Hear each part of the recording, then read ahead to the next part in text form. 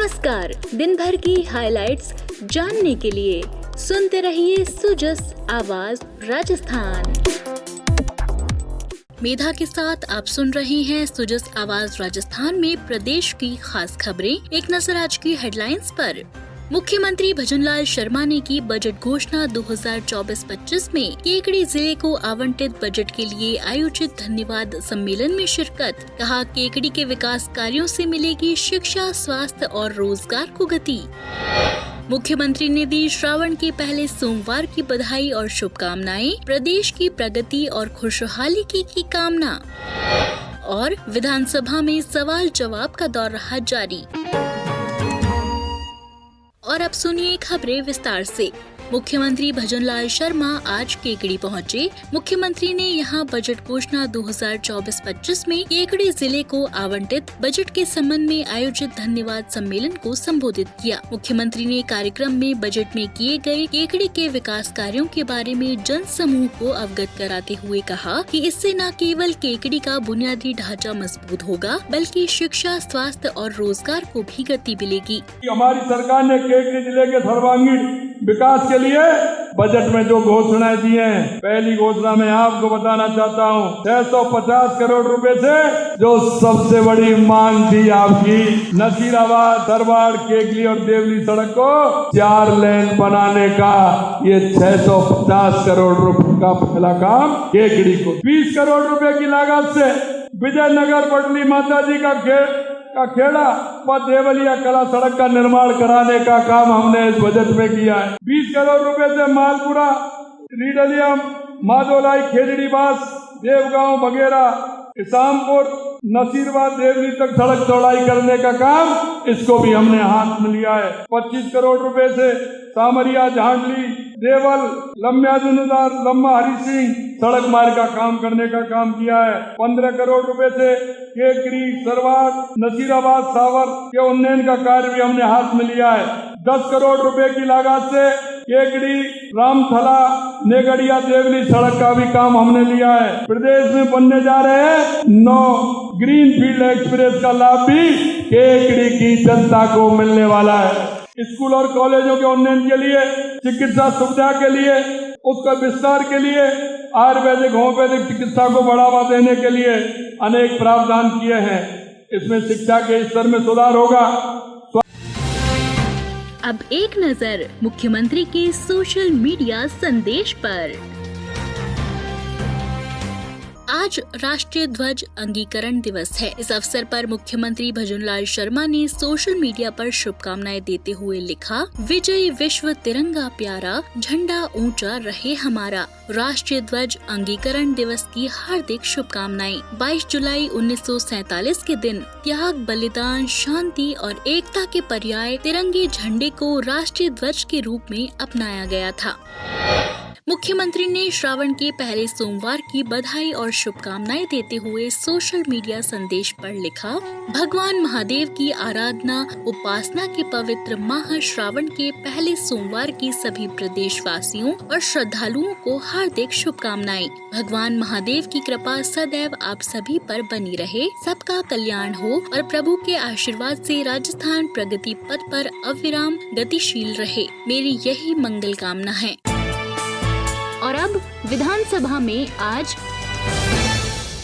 जनजातीय क्षेत्रीय विकास मंत्री बाबूलाल खराड़ी ने आज विधानसभा में कहा कि केंद्र सरकार द्वारा जनगणना करवाए जाने के बाद ही किशनगंज विधानसभा क्षेत्र के आदिवासी बाहुल्य क्षेत्र को टीएसपी क्षेत्र में सम्मिलित करने पर विचार किया जा सकेगा। उन्होंने बताया कि टीएसपी क्षेत्र घोषित करने के लिए अनुसूचित जनजाति की 50% आबादी होना आवश्यक है। वर्ष 2011 की जनगणना के अनुसार किशनगंज शाहबाद विधानसभा क्षेत्र अनुसूचित जनजाति की उतनी आबादी नहीं है। उन्होंने कहा कि वर्ष 2011 में जनगणना की गई थी, उसके बाद कोरोना काल के कारण जनगणना नहीं हो पाई। उन्होंने आश्वस्त किया कि केंद्र सरकार द्वारा जनगणना कराए जाने के बाद राज्य सरकार द्वारा सर्वे कराकर प्रस्ताव केंद्र सरकार को भेजा जाएगा। जनजातीय क्षेत्रीय मंत्री प्रश्नकाल के दौरान सदस्य द्वारा इस संबंध में पूछे गए पूरक प्रश्नों का जवाब दे रहे थे। जनगणना कराना भारत सरकार का काम है। 2011 के बाद में जनगणना नहीं हुई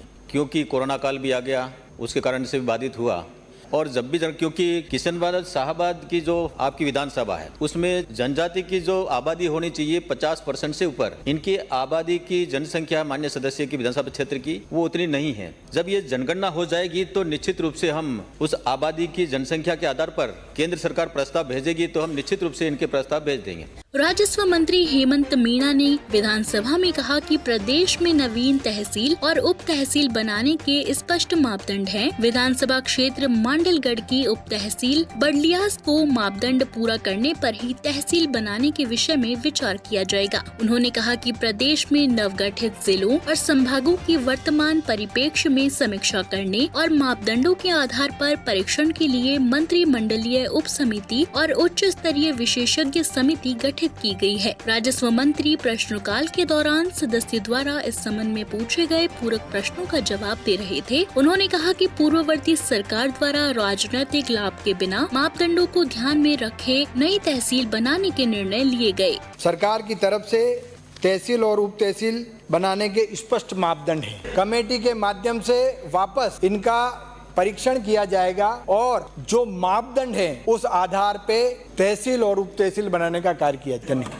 वन राज्य मंत्री संजय शर्मा ने विधानसभा में कहा कि जोधपुर के लाल सागर स्थित कन्या महाविद्यालय की भूमि स्वामित्व संबंधी मामलों की जांच जिला कलेक्टर जोधपुर द्वारा की जाएगी। इस संबंध में आदेश जारी कर दिए गए हैं। उन्होंने आश्वस्त किया कि आज रिपोर्ट प्राप्त होते ही दोषी कार्मिकों के विरुद्ध सख्त कार्रवाई की जाएगी। वन राज्य मंत्री प्रश्नकाल के दौरान सदस्य द्वारा इस संबंध में पूछे गए पूरक प्रश्नों का जवाब दे रहे थे। उन्होंने बताया कि कन्या महाविद्यालय की भूमि के अलग अलग हिस्से वन विभाग, जोधपुर विकास प्राधिकरण और कृषि उपज मंडी के अधिकार क्षेत्र में हैं। DIRLMP के तहत इन खसरों की पृथक तरमीम कर ऑनलाइन नक्शा तैयार किया गया है, जिससे जोधपुर विकास प्राधिकरण एवं वन विभाग के स्वामित्व में विरोधाभास है। उन्होंने जानकारी दी कि वर्तमान में DFO द्वारा मौके पर महाविद्यालय भवन के निर्माण का कार्य रुकवा दिया गया है।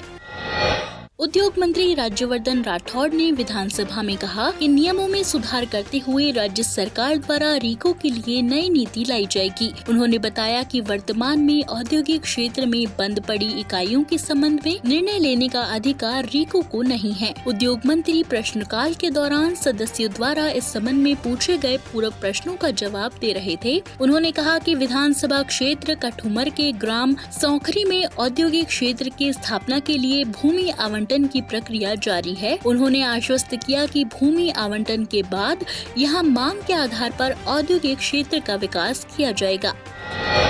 बढ़ते हैं आगे। शिक्षा मंत्री मदन दिलावर ने विद्यार्थियों को आह्वान किया कि वे अपने माता पिता के सपनों को साकार करने के लिए पूर्ण मनोयोग से पढ़ाई करें। शिक्षा मंत्री आज शिक्षा संकुल में वीडियो कॉन्फ्रेंसिंग के माध्यम से प्रदेश के 134 स्वामी विवेकानंद राजकीय मॉडल विद्यालयों में प्राथमिक कक्षाओं के शुभारंभ कार्यक्रम को संबोधित कर रहे थे। इस अवसर पर उन्होंने नव प्रवेशित विद्यार्थियों, अभिभावकों और विद्यालयों के अध्यापकों और प्राचार्यों को बधाई देते हुए उनसे संवाद भी किया। उन्होंने बताया कि प्रदेश में संचालित 134 स्वामी विवेकानंद राजकीय मॉडल विद्यालयों में कक्षा 6 से 12 तक अध्ययनरत विद्यार्थियों ने अध्ययन सहित अन्य गतिविधियों में नए आयाम स्थापित किए हैं। उन्होंने बताया कि पिछले वर्षों में मॉडल विद्यालयों में अध्ययनरत विद्यार्थियों में से 56 विद्यार्थियों का चयन IIT, 52 का NIT और 10 विद्यार्थियों का क्लैट में चयन हुआ है। 119 विद्यार्थियों ने नीट परीक्षा उत्तीर्ण की है। इसी प्रकार 6 परीक्षार्थी NDA परीक्षा के माध्यम से चयनित होकर भारतीय सेना, नौसेना और वायुसेना में उच्च पदों पर सेवाएं दे रही हैं।